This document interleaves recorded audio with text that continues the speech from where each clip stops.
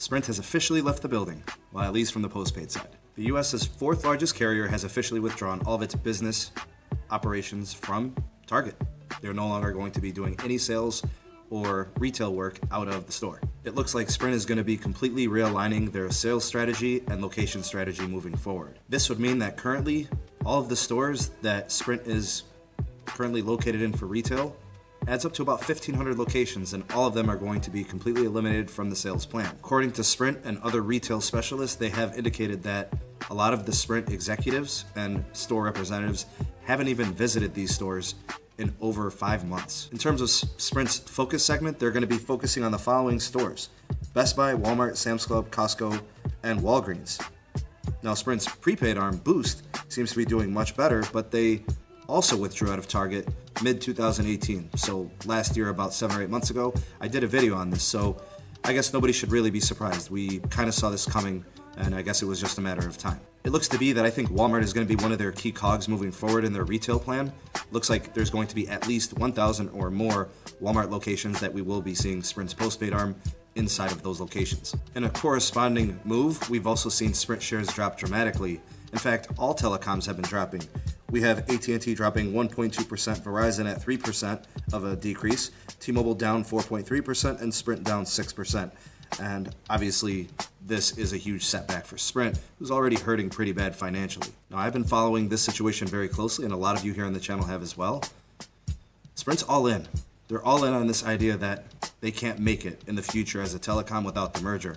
And I think this is kind of going to be one of those situations where Sprint is going to be utilizing this as evidence in order to convince regulators that the merger should be approved. However, in my opinion, I don't think that's going to be enough to get the deal done.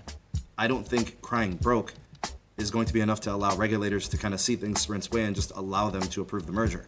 I think it's going to take more than that. Crying broke from the top of the mountain just won't get the job done. In fact, if this is going to be Sprint's ace in the hole in terms of getting this approval for the Sprint and T-Mobile merger, they might as well just start making contingency plans now. It's not going to be the reason they approve the merger. In my humble opinion, I think the 5G race with China, international competition, as well as broadband and home internet provisions, and offering a new competitive edge to the market, I think those stand a better chance to actually get the approval from the regulators. Even the rural area and underserved marketplace argument serves a better chance than just Sprint saying, we can't make it alone, we're going to need T-Mobile to kind of survive. Now, in the grand scheme of things, what this announcement means and what this update and this news from Sprint, what it represents is Sprint's plans are all over the place. They just haven't followed through on a solid contingency plan on how to make sure that their business model is going to work.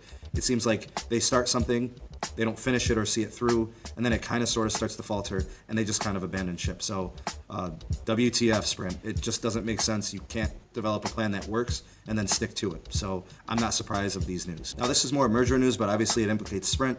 The T-Mobile and Sprint merger is now under attack. In terms of legal issues coming from states, it's expected that there will be lawsuits coming from individual states here in the U.S. that are going to oppose and fight the merger if the DOJ approves it or allows it to proceed through the approval process. What these states are going to be attempting to do is they're going to be attempting to block the merger. They're going to do so with a legal onslaught. Now, the DOJ does have an antitrust division, and they are going to be looking at this merger in that fashion. But even if they were to approve it, the states are going to be citing antitrust. So it's kind of interesting and ironic that they're citing antitrust, but the antitrust division might actually approve the merger. Now, according to this current report, there have been no states that have been identified by name. And I think in terms of confidentiality, we're not going to be hearing about the states, but I think we could safely assume California, New York, and I think also Georgia is implicated in this potential lawsuit. I think some of these states are concerned about the merger because they say that some states would become T-Mobile states as opposed to Verizon and AT&T states. I don't really get that. I'm not of the belief or the school of thought that there should be certain carrier states as if it's some kind of Democratic Party.